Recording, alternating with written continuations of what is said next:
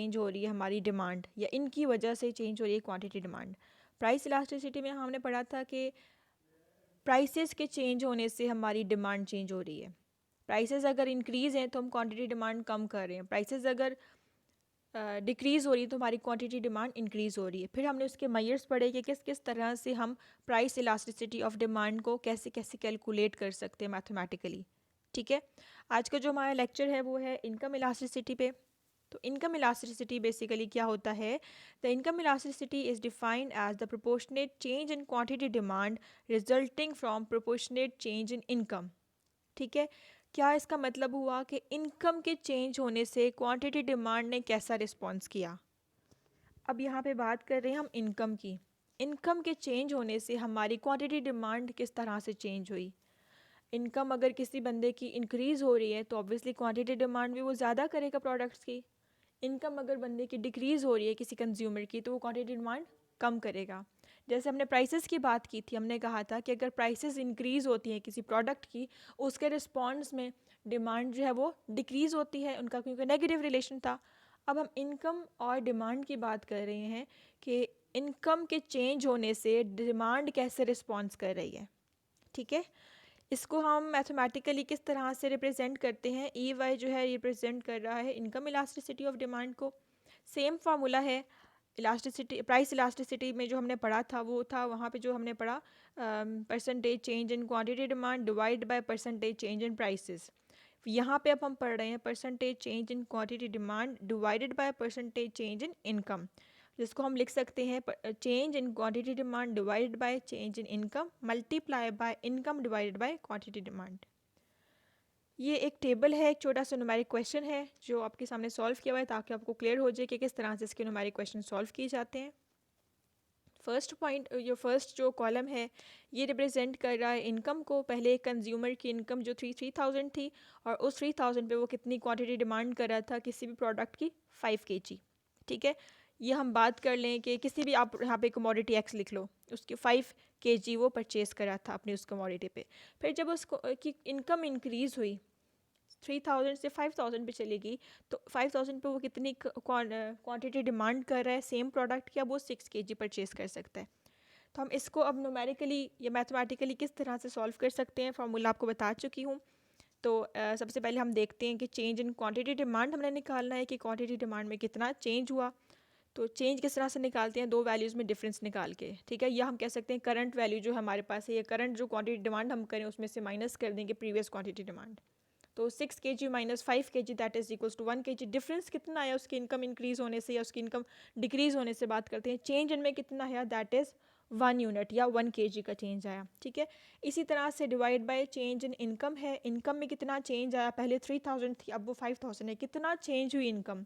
तो उसको चेंज को हम किस तरह से मेजर करते हैं, किस तरह से कैलकुलेट करते हैं, करंट वैल्यू या current income minus previous income means 5000 minus 3000 which is equals to 2000। अब इनकम में चेंज कितना आया, कितनी इंक्रीज़ हुई, 2000 इंक्रीज़ हुई इनकम। ठीक है, तो जो वाई है हम अपनी जो पुरानी इनकम होती है उस पर 3000 जो इनकम थी वो होती है, और क्वांटिटी डिमांड उसी इनकम पे जो हम क्वांटिटी डिमांड करे थे वहाँ पे क्वांटिटी डिमांड वो लिखेंगे। इस तरह से सॉल्व करेंगे तो हमारे पास यहाँ पे आंसर जो आ रहा है वो 0.3 है। अब इसको इंटरप्रेट कैसे करना है, it means 1% change in income of a consumer due to that 0.3% change is occurred in quantity demand of a product। इसका मतलब है कि अगर 1% इंक्रीज़ हो रहा है इनकम में या 1% डिक्रीज़ हो रहा है, इंक्रीज़ और डिक्रीज़ की हम बात नहीं करें, हम सिर्फ चेंज की बात करें। ठीक है, अगर 1% चेंज हो रहा है इनकम, उसकी वजह से जो हमारी क्वांटिटी डिमांड है वो 0.3% चेंज हो रही है। ठीक है, यहाँ पे आप देख लो, अगर टेबल में आपको रिप्रेजेंट हो रहा है कि इनकम इंक्रीज़ हो रही है तो इसकी इंटरप्रिटेशन आप इस तरह से भी कर सकते हो, if 1% increase in income due to that, जितने भी आंसर होगा हमारा इनकम इलास्टिसिटी ऑफ डिमांड का जो हमारा आंसर आया कैलकुलेट करके 0.3%, तो इतने परसेंट चेंज हो रहा है quantity demand of that particular product. ठीक है, तो इंटरप्रिटेशन में आपको लास्ट लेक्चर में बता चुकी हूँ कि इंटरप्रिटेशन को अपने 3 कैटेगरी से इंटरप्रेट करना है। फर्स्ट पे जो फर्स्ट स्टेप है आपने लिखना है कि 1% चेंज हुआ इनकम में, उसमें उसकी वजह से क्वांटिटी डिमांड में कितना चेंज हुआ। सेकंड स्टेप में आपने करना है अगर 5% चेंज होता है इनकम में, उसकी वजह से क्वांटिटी डिमांड कितनी चेंज हो रही है। फिर थर्ड स्टेप आपने करना है कि अगर 10% इनकम चेंज हो रही है तो उसकी वजह से क्वांटिटी डिमांड ने किस तरह से रिप्रेजेंट, हम उसको किस तरह से रिप्रेजेंट करेंगे या इंटरप्रेट करेंगे। ठीक है, ये आप इससे प्रीवियस लेक्चर जो है उसमें आपको इंटरप्रिटेशन बताई गई है, वहाँ पे सारा कुछ मैंने एक स्लाइड में लिख के बताया आप लोगों को। फिर टाइप्स ऑफ इनकम इलास्टिसिटी आ जाती है कि किस किस टाइप की इनकम इलास्टिसिटी हो सकती है। एक हाई है, यूनिटरी है, लो है, ज़ीरो है एंड नेगेटिव है। हाई में क्या होता है, a rise in income comes with bigger increase in the quantity demand. Means कि इनकम थोड़ी सी इंक्रीज़ हुई और उस थोड़ी सी इंक्रीज़ होने की वजह से क्वांटिटी डिमांड में बहुत ज़्यादा चेंज आया। अब वो चेंज इंक्रीज़ भी हो सकता है, वो चेंज डिक्रीज़ भी हो सकता है। ठीक है, लेकिन ऑब्वियसली अगर इनकम इंक्रीज़ हो रही है तो क्वांटिटी डिमांड भी इंक्रीज़ होगी। कह रहे थोड़ी सी अगर इनकम में इंक्रीज़ हुई, थोड़ा सा इनकम इंक्रीज़ हुई तो उससे क्वांटिटी डिमांड जो वो ज़्यादा इंक्रीज़ हुई या ज़्यादा डिक्रीज़ हुई, ज़्यादा चेंज आया क्वांटिटी डिमांड में। ठीक है, सेकेंड जो इसकी टाइप है unitary. The rise in income is proportionate to the increase in the quantity demand. इसका मतलब है जितनी इनकम इंक्रीज हुई उसी के अकॉर्डिंग उसकी क्वांटिटी डिमांड भी उसी रेशो से, उसी प्रोपोर्शन से, उसी परसेंटेज से आपकी क्वांटिटी डिमांड में भी चेंज आया। थर्ड पॉइंट है low. A jump in income is less than proportionate than the increase in quantity demand. Means income में चेंज जो, इसको हम ऐसे कह सकते हैं कि when the percentage change in quantity demand is less than the percentage change in income, it is called low income elasticity. इसको income elastic less than a unit भी कह सकते हैं। वन से कम आंसर है, यूनिट का मतलब है लेस देन वन जब हमारे पास आंसर आते हैं तो। मीन्स इसको हम कैसे डिफाइन करेंगे कि जब इनकम जो है उसमें कम चेंज आ रहा है और क्वांटिटी डिमांड में ज़्यादा चेंज आ रहा है। ठीक है, when the percentage change in quantity demand is less than the percentage change in income. Income means कि अगर हम यहाँ पे इस तरह से कह सकते हैं कि इनकम ज़्यादा चेंज हुई, इनकम में ज़्यादा इंक्रीज़ आया लेकिन क्वांटिटी डिमांड में थोड़ा सा इंक्रीज़ आया। ठीक है, उसके बाद जो फोर्थ पॉइंट है वो ज़ीरो है। The quantity bought demanded is the same even if income change. Income जितनी मर्जी चेंज हो रही है, इनकम जितनी मर्जी इंक्रीज़ हो रही है, इनकम जितनी मर्जी डिक्रीज़ हो रही है, आपकी क्वांटिटी डिमांड जो है वो सेम ही है। फोर्थ लास्ट जो पॉइंट है, फिफ्थ पॉइंट जो है वो है negative. An increase in income comes with a decrease in quantity demanded. Income अगर इंक्रीज़ हो रही है तो हम क्वांटिटी डिमांड कम कर देते हैं। इसकी सबसे एग्जांपल अच्छी हम ये ले सकते हैं कि इन्फीरियर गुड्स की। ठीक है, अगर हमारी इनकम अच्छी हो जाती है, इनकम इंक्रीज़ हो जाती है तो हम क्या करेंगे कि जो हम पहले इतनी अच्छी क्वालिटी की जो प्रोडक्ट्स नहीं परचेज़ कर रहे थे तो हम उनकी क्वांटिटी, उनकी जो क्वांटिटी डिमांड है वो हम कम कर देंगे, हम कोई और गुड्स की तरफ मूव कर जाएंगे। ठीक है, उसके बाद आ जाता है interpretation of income elasticity of demand. इसकी इंटरप्रिटेशन है, ये आप लोग रीड कर लें कि नॉर्मल गुड्स किस तरह से, इन्फीरियर गुड्स में इनकम इलास्टिसिटी कैसी होती है। जो मैं यहाँ पे आपको एक्सप्लेन कर चुकी हूँ वो आपको एक गुड्स की तरफ या कमोडिटी की एग्जांपल्स दी हुई हैं कि इन केसेस में ये इनकम इलास्टिसिटी होती है। उसके अलावा जो थर्ड पॉइंट था, एक फर्स्ट जो पॉइंट हमने प्राइस इलास्टिसिटी ऑफ डिमांड पढ़ा, सेकंड जो पॉइंट था वो हमने इनकम इलास्टिसिटी पढ़ा। अब थर्ड जो पॉइंट है cross elasticity of demand. Cross elasticity of demand क्या होता है? It is an economic concept that measures responsiveness in quantity demand of one good when the price of another good changes, also called cross price elasticity of demand. इसका मतलब है एक good की prices ज़्यादा होने की वजह से किसी दूसरे गुड की क्वांटिटी डिमांड ज़्यादा हो रही है। ठीक है, मीन्स एक गुड की प्राइसेस ज़्यादा हो रही हैं, दूसरे गुड की क्वांटिटी डिमांड ज़्यादा हो रही है। हम इसको क्रॉस इलास्टिसिटी ऑफ डिमांड कहते हैं या cross price elasticity of demand कहते हैं। इसको कैलकुलेट किस तरह से किया जाता है, ये इसकी डेफिनेशन है, मज़ीद इसको आप स्टडी कर लीजिएगा। मैं आपको सिर्फ एक कॉन्सेप्ट बता रही हूँ कि ये है क्या चीज़। इसको किस तरह से मैथमेटिकली ये लिखा जाता है, सी ई जो है ये रिप्रेजेंट कर रहा है क्रॉस इलास्टिसिटी ऑफ डिमांड या cross price elasticity of demand. ये क्या होता है कि change in quantity of good a ठीक है, ए गुड जो है या एक्स कमोडिटी जो है या ए कमोडिटी जो है उसमें कितना चेंज आया, divided by change in prices of good b, दूसरे गुड की प्राइसेस के चेंज होने से, multiply by prices of good b divided by quantity demand of good a. ठीक है, ये इसका फॉर्मूला है। इसको अब किस तरह से न्यूमेरिकली सॉल्व किया जाता है, वही छोटी सी एग्जांपल आपको यहाँ पे सामने दी हुई है।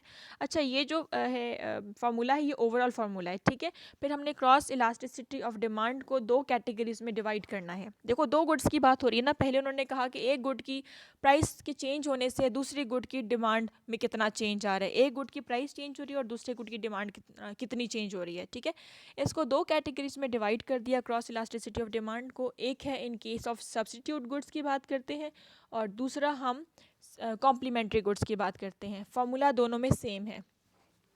अब यहाँ पे क्या होता है, सब्स्टिट्यूट गुड्स कौन से होते हैं, जो कि एक दूसरे के नेमुल बदल इस्तेमाल करते हैं हम। ठीक है, जैसे टी और कॉफ़ी की एग्जांपल ले लें, सब्स्टिट्यूट गुड है। जैसे पेप्सी और कोक की एग्जांपल ले लें, आपस में सब्स्टिट्यूट गुड्स हैं।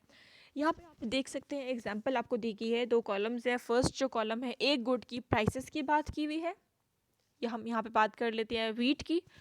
वीट की प्राइस जो पहले 10 रुपीज़ थी, फॉर एग्जांपल 10 रुपीज़ हम कह लेते हैं कि कुछ केजी 1 केजी 10 रुपीज़ का था, और क्वांटिटी डिमांडेड जो राइस की थी उस टाइम पे 20 केजी थी। ठीक है, जब वीट की प्राइसेस इंक्रीज हुई, लोगों ने ज़्यादा मूव कर दिया राइस को। अब ज़्यादा लोग जो हैं डिमांड किसकी कर रहे हैं, क्वांटिटी डिमांड किसकी इंक्रीज़ कर रही है, राइस की। ठीक है, वीट में इंक्रीज़ होने की वजह से राइस की डिमांड ज़्यादा हो रही है। यहाँ पे आप ऐसे भी कर सकते हो, टी और कॉफ़ी की एग्जांपल ले सकते हो। सर्दियों में अगर हम बात करें, टी और कॉफ़ी दोनों की प्राइसेस 10 रुपीज़ थी। अगर सिर्फ टी की प्राइसेस 10 रुपीज़ से 15 रुपीज़ पे चली जाती है, तो लोग इस तरफ डिमांड किस चीज़ को ज़्यादा करेंगे, कॉफ़ी को। ठीक है, जो सब्स्टिट्यूट गुड्स होती हैं उनकी बात हो रही है। यहाँ पे अब फॉर्मूले में वैल्यू किस तरह से हमने इंटरप्रेट करनी है। पहले change in quantity demand of good a जो है उसमें क्वांटिटी डिमांड में किस तरह से चेंज आ रहा है, चेंज किस तरह से कैलकुलेट करते हैं। 24 - 20 that is equals to 4 divided by price of good B में प्राइसेस में कितना चेंज आ रहा है, वो भी हमारे पास 4 है, multiply by price of good b. Price of good b जो फर्स्ट थी, पहले कितनी थी price, 10 rupees, divided by quantity demand of good a, वो कितनी थी उस 10 रुपीज़, जब प्राइस वीट की प्राइस 10 रुपीज़ थी तब क्वांटिटी डिमांड कितनी थी, 20 केजी। ठीक है, इसको हम सॉल्व करेंगे तो आंसर आएगा 0.5। इसको अब हमने कैसे इंटरप्रेट करना है, if it means if 1% change in price of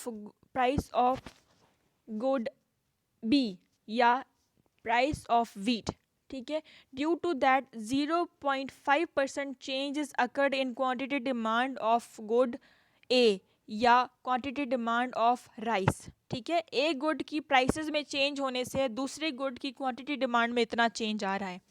same interpretation होगी, पहले फर्स्ट आपने 1% से करनी है इंटरप्रेट, फिर आपने सेकंड स्टेप में आपने 5% से इसको इंटरप्रेट करना है, फिर उससे थर्ड स्टेप में आपने 10% से इंटरप्रेट करना है। बच्चों, इंटरप्रिटेशन की जो भी क्वेश्चंस आते हैं उसको प्लीज़ 3 स्टेप से ज़रूर कीजिएगा, आपसे पेपर में कोई भी एक स्टेप पूछा जा सकता है। नेक्स्ट केस हमने कहा क्रॉस इलास्टिसिटी ऑफ डिमांड को दो कैटेगरीज में डिवाइड किया, एक सब्स्टिट्यूट गुड्स था, दूसरा कॉम्प्लीमेंट्री गुड्स था। अब सब्स्टिट्यूट गुड्स तो हमने पढ़ लिया कि नेमोल बदल जो गुड्स है, एक चीज़ को छोड़ के दूसरी चीज़ हम यूज़ कर सकते हैं, दैट वाज सब्स्टिट्यूट गुड्स। अब कॉम्प्लीमेंट्री गुड क्या है कि एक चीज़ के बगैर दूसरी चीज़ नहीं चल सकती। ठीक है, जैसे हम पेन और रीफिल की बात करें या पेन और इंक की बात करें, अगर पेन होगा तो हमें इंक भी चाहिए ही चाहिए होगी, इंक के बगैर हम पेन नहीं चला सकते। ठीक है, बैट और बॉल हो गया, सिर्फ बैट के साथ हम खेल नहीं सकते जब तक हमारे पास बॉल ना हो। कार और पेट्रोल हो गई। ठीक है, ये कॉम्प्लीमेंट्री गुड्स है, मीन्स एक गुड है आपके पास और उसके साथ आप दूसरे गुड की भी ज़रूरत होती है, दूसरा गुड ना हो तो उस एक गुड का भी फ़ायदा नहीं होता। ठीक, अब हम इसकी बात करते हैं कि अगर हमने यहाँ पे एग्जांपल ली पेट्रोल और कार की, तो कॉम्प्लीमेंट्री गुड्स में क्या होता है, एक चीज़ की अगर प्राइस बढ़ती है तो दूसरी चीज़ की क्वांटिटी डिमांड कम हो जाती है। ठीक है, अगर प्राइसेस बढ़ती हैं पेट्रोल की तो क्वांटिटी डिमांड लोग कार्स की कम कर देते हैं। या हम बात करते हैं अगर प्राइसेस बढ़ती हैं बैट की तो क्वांटिटी डिमांड बॉल्स की कम हो जाती है। ठीक है, तो क्योंकि दोनों एक दूसरे के कॉम्प्लीमेंट्री गुड हैं, अगर एक चीज़ की प्राइस बढ़ेगी तो ऑब्वियसली दूसरे गुड की तो उसकी क्वांटिटी डिमांड कम करेंगे ना, क्योंकि हमें उस गुड का फ़ायदा नहीं जब तक हम ये गुड ना लें। दोनों गुड का लेना ज़रूरी है। इसका भी फॉर्मूला सेम वही है जो हम पहले पढ़ चुके हैं। C E that represents cross elasticity of demand या cross price elasticity of demand is equals to, ये माइनस लिखा हुआ है, सॉरी ये माइनस नहीं है, इक्वल्स टू है, change in quantity demand of good a divided by change in price of good b multiply by price of good b divided by quantity demand of good a. तो इसको solve करेंगे तो इसका जो answer है answer 1 आ रहा है। तो इसको भी इंटरप्रेट कैसे करेंगे, it means if 1% change in price of product A due to that 1% decrease in quantity demand of product A। ठीक है, एक चीज़ की प्राइस अगर बढ़ रही है उसके रिजल्ट में दूसरी कमोडिटी की जो क्वांटिटी डिमांड है वो कम हो रही है। इसको भी आपने 3 स्टेप से करना है। जैसे पहले 1% की बात करो, उसके बाद 5% की बात करो, 5% इंटरप्रेट करो, फिर 10% से इंटरप्रेट करो। उसके अलावा ये लास्ट स्लाइड है, इसमें इंटरप्रिटेशन बताई गई है। आपको थोड़ा सा एक सिनेरियो बताया गया है कि कौन सी गुड्स की किस तरह से इलास्टिसिटी हो सकती है, कौन से गुड्स को हम किस तरह से कह सकते हैं कि इसकी इनकम जो इलास्टिसिटी होगी वो पॉजिटिव होगी, नेगेटिव होगी। आप लोग ये पढ़ लें, अगर कोई प्रॉब्लम है इस लेक्चर में तो आप लोग पूछ सकते हैं। Thank you class, take care, Allah हाफिज़।